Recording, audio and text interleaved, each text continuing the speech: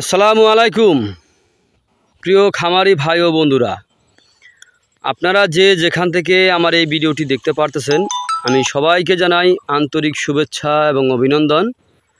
আজকে একটি ঘাসের জমিতে আসলাম আমি আপনাদেরকে কিছু দেখানোর জন্য। যে দেখতে পাচ্ছেন আমার সামনে যে ঘাসটা, এই ঘাসটার নাম হচ্ছে ইন্দোনেশিয়ান স্মার্ট নেপিয়ার ঘাস।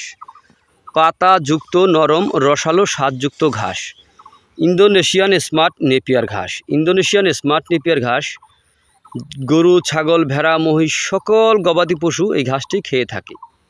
যে দেখেন ঘাস আর ঘাস, প্রচুর পরিমাণে ঘাস। এই ঘাস গরু ছাগলকে খাওয়ালে দুধ ও মাংস উভয় বৃদ্ধি হয়ে থাকে। এর কারণ হচ্ছে এই ঘাসটিতে আপনার 22 থেকে 25% প্রোটিন রয়েছে। আর এই ঘাসটি আপনি যদি রোপণ করতে চান, যে ভাই আমি এখন কি রোপণ করা যাবে কিনা, ভাই দেখেন এই ঘাসটা ভাই রোপণ করার কোনো দিনক্ষণ নাই, যে কোনো সময়। যেমন বছরে 12 মাস 365 দিনে একটি বছর হয়, 365 দিনে একটি বছর। এই 365 দিনের মধ্যে আপনি যে কোনো সময় যে কোনো দিনে আপনি ঘাসটি রোপণ করতে পারেন। এই ঘাস রোপণ করতে কোনো সময়ের প্রয়োজন নাই, শীত কিংবা বর্ষা অথবা যে কোনো মাটিতে আপনি রোপণ করতে পারেন। পাতা বিশিষ্ট এই ঘাস, এই ঘাস কাঁচা ঘাস দেখবেন আপনার গবাদি পশুর কিন্তু কাঁচা ঘাসটি প্রধান খাদ্য। দেখেন কাঁচা ঘাস যদি আপনি গবাদি পশুকে খাওয়াতে পারেন, তাহলে কিন্তু কখনোই আপনার খামারে লস হবে না।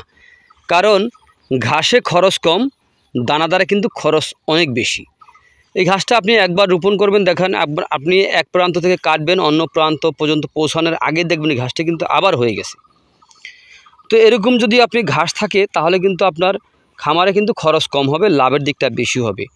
আর যদি আপনি দানাদার অথবা খ্যার আর দানাদার এই দুটার উপরে নির্ভর করেন, তাহলে কিন্তু ভাই আপনি লসে পড়ে যাবেন।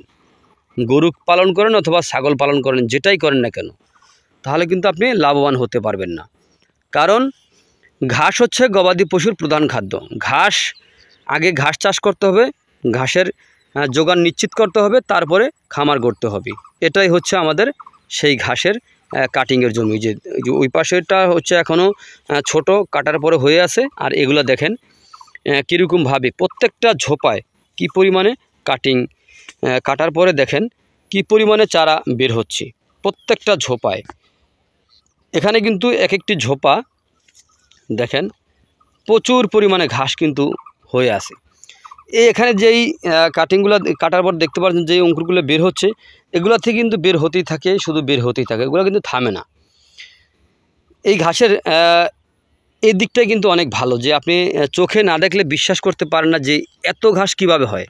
একটি কাটিং রোপণ করলেই অনেকগুলি করে চারা কিন্তু গজিয়ে থাকে। তো প্রিয় বন্ধুরা, তো আপনাদের কাছে যদি আমার এই ভিডিওটি ভালো লেগে থাকে, তাহলে আমার চ্যানেলটিকে সাবস্ক্রাইব করবেন, পরবর্তী ভিডিওগুলো দেখার আমন্ত্রণ রইল। তো আপনারা যে যেখান থেকে আমার এই ভিডিওটি দেখতে পারতেছেন, তো আপনারা সকলে ভালো থাকবেন, সুস্থ থাকবেন। আল্লাহ হাফেজ।